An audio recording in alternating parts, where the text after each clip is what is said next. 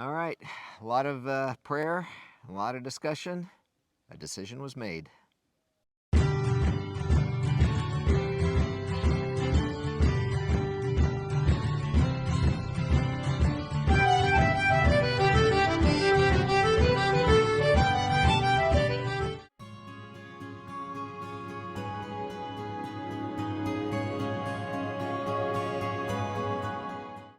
Hey friends, welcome back to the Renewed Homestead. Yep, we've had a big decision to make, and we're here to let you know that Coco went to freezer camp.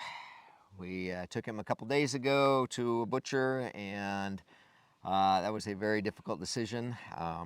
It was a very difficult decision. I actually had tears in my eyes when we were loading him up. Yeah, but a lot of discussion, a lot of prayer.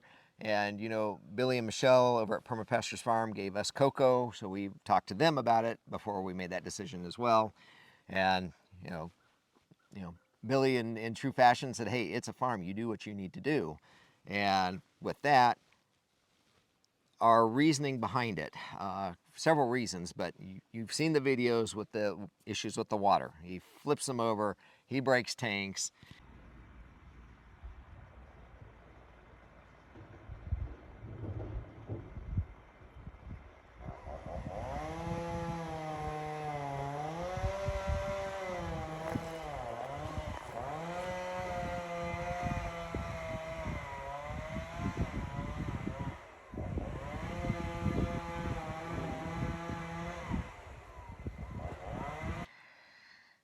That's a problem because, you know, he puts himself out of water fine, but, you know, especially with Dolly in milk, you know, and nursing, they all need water, and that was a problem.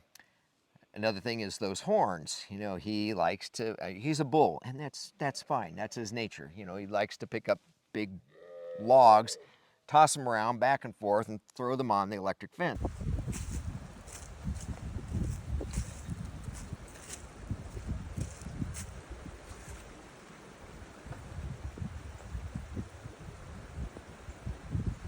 You're a crazy cow.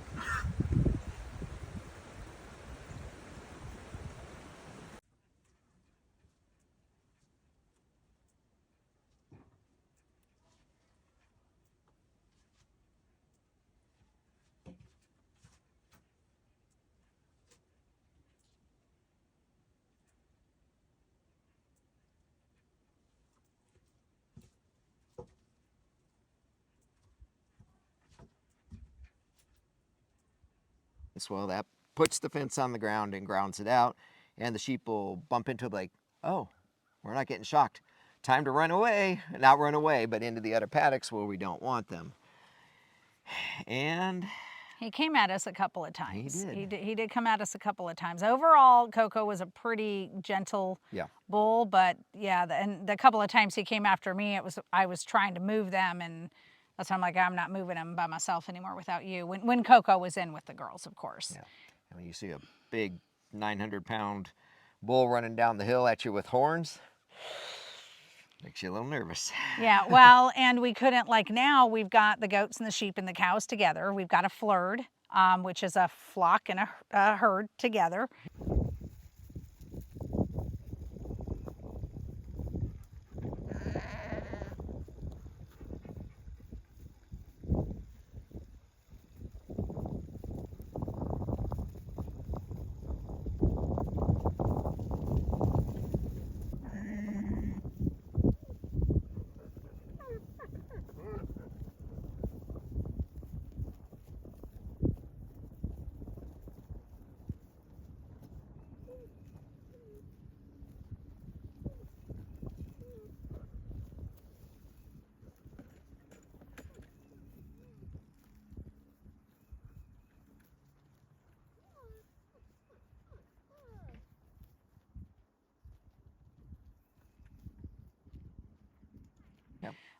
We've got them together now. We could not do that with Coco because Coco would take his horns and, you know, flip the sheep up, and did that a couple times. Yeah, did that a couple times. So we could not keep them together, and so we were having to go and drop hay, you know, to the cows, and then to Coco, and then to the sheep and goats. So now we have one location. We can keep them all together. Well, almost more importantly, the mineral, we have to bounce that back and forth. The sheep have it a couple of days, cows have it a couple of days, and which isn't ideal. No, no, especially for nursing mamas, and both the sheep and the cows are nursing now. So.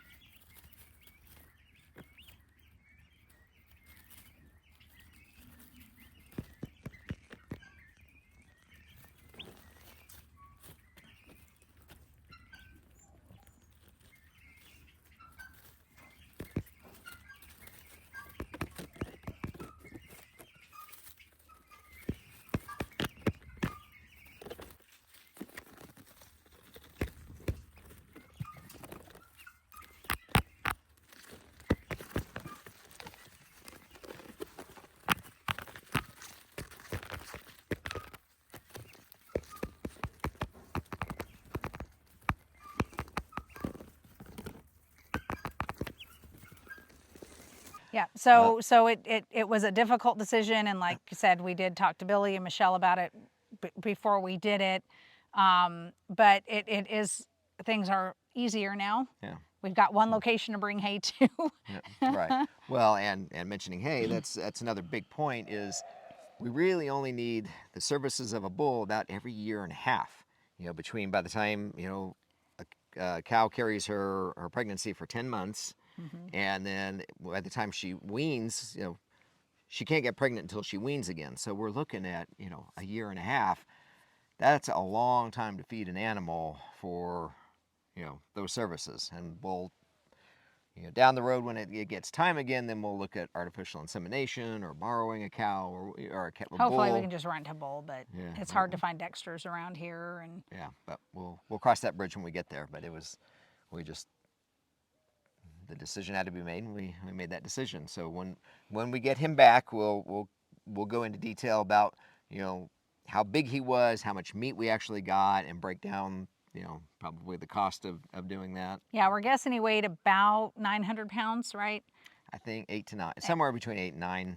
Yeah. Ish. And so it's a dexter, so it is a smaller cow, which is what we want. We want smaller cows because we don't want the impact on the land. And the cow itself was for us. It wasn't for commercial sale. Right. So we'll be able to break down once we have him all processed and we're able to pick him up.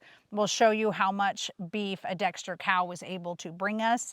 So that way you can look for yourself, hey, can a smaller cow support my family? And that way and dexter meat's supposed to be really good. I've never actually had dexter, so we'll let you know. Not that we know of, anyway. Yeah, how that is. So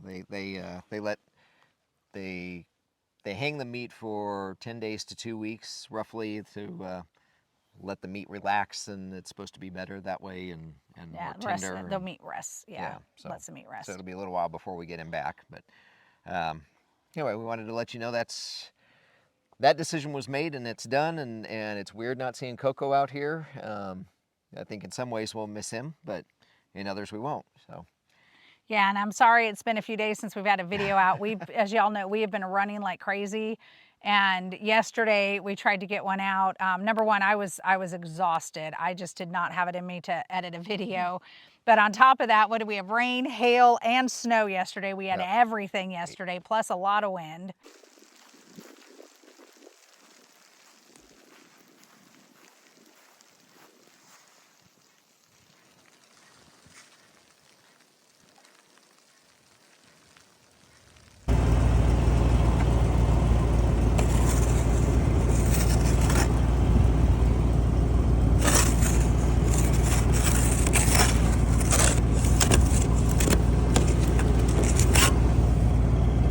And everything around here is dirt right now because of all the construction and road work and stuff. So it's all mud. I hate mud. Oh, I hate mud. I know you hate mud. I hate mud. That's what we're growing right now on the homestead. If y'all want to know, it's mud. We're growing mud. That's right. That's right. But it will be gardening season soon. So, hey, get those hoary knives ordered. You're going to need them. Planting season's coming really quick. Yes. And I want to say April 7th, but I can't remember the dates right off. We will be at the Farm Where You Live festival in April. And that's in Asheville. That's in Asheville. And then we'll be in May, I think it's 6th and 7th, but I'll put both links in the description so you can look. We'll be in Harmony, North Carolina for the Mountain Preparedness event. That's in Harmony, North Carolina, so about 2.5 hours away. Yeah, it's kind of north of Charlotte, so if you're in that area, we'll be out there and hopefully get to meet you in person. Yeah, and we'll be selling our yeah, hori knives and stuff. Right, that's actually a 3-day event. We're going to be there for 2.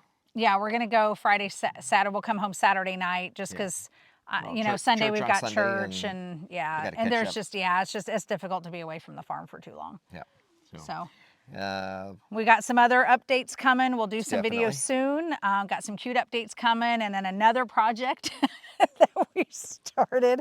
The excavator was here, so we had to get some stuff done while we could. Yep. But we'll bring you along and show you those as well. But just wanted to give you an update on Coco and why we decided to process Coco and take him to the butcher. Yeah. And without running too long, I wanted to mention we are sitting on free firewood. It's like, yeah, you've been, you know, cutting the woods up there for silvopasture, right? We haven't drug that down, but a friend. It's been too muddy. Well, that too, yeah. Well, new roads and all that. But a friend of a friend said, "Hey, do you need some sawdust?" And we're like, "Yeah, please," because you know we use it in the duck coops and the chickens, and you know we could even use it in the rabbits, I suppose. But anyway, we went over and got a load of sawdust, and he's like, he wants some firewood. He's got one of those really cool machines that you just put the log on, automatically cuts it to length, runs it through the splitter, and these are pieces that wouldn't fit on there the right way. So he's like, they're already seasoned, they're ready to go. They just need to be split. I need a place to dump them. I'm like, take them to my place. We'll take them. I'll take free firewood. I'm Absolutely. gonna little more work, but you know, free is good. Yes, absolutely. Yeah, especially when it, like yesterday when it was freezing cold. Yeah. 19 degrees this morning, I think. Mm-hmm. But anyway, all right. If you are on Rumble, make sure you subscribe to us over there. We do post all of our videos there, and you know, YouTube likes to unsubscribe people, and they get weird about some subjects for whatever reason. So if for some reason we disappear from YouTube, you can find us on Rumble. We are there. We're not too crazy yet. I meant on YouTube. Oh, okay. You just said we have another project.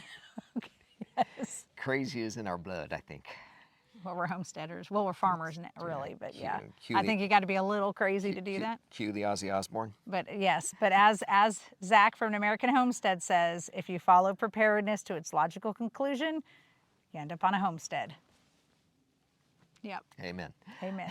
So, all right. Well, thanks for tuning in and the thumbs up, because I know you all hit the thumbs up button for us. And if you're not subscribed, make sure you subscribe, and please keep praying for us. You know, we're praying for you and all this, the rest of this crazy world out there. If there's more prayer and more Jesus, there'll be a lot less war, right? A lot less problems. Yes. So, anyway, all right, everybody, take care. God bless. We'll see y'all in the next video. Bye, everybody. Go in peace and serve the Lord. Bye, y'all. Amen. Bye. Make it so.